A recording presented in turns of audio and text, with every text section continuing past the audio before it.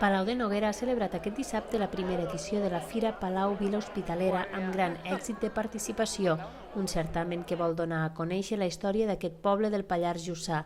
La fira ha estat organitzada per l'associació Palatium, una entitat cultural de Palau, des de la qual s'ha destacat la gran importància que va tenir el poble en segles passats. Quan arribes trobes un poble petit, boniquet, tothom intenta atendre les cases el millor que pugui.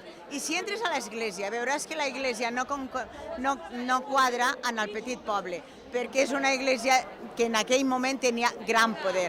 Pensa que la presa de Sant Antoni, a sota la presa hi ha la capella de Sant Antoni, que perteneixia a la església de Palau, i allà cobraven el pas de barca, perquè era per passar el riu d'un costat a l'altre del riu Noguera Pallaresa.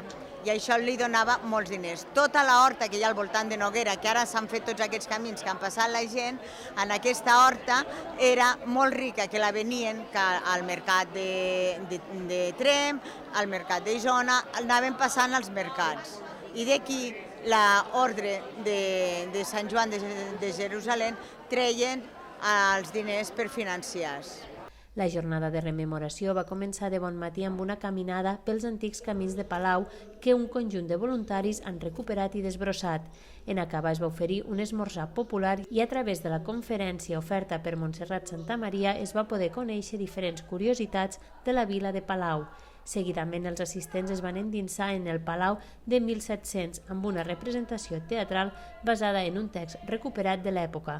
A la tarda la festa va passar de la vessant més cultural a la més lúdica amb un mercat de productes artesanals de proximitat i els cellers de Palau van obrir les seves portes als visitants.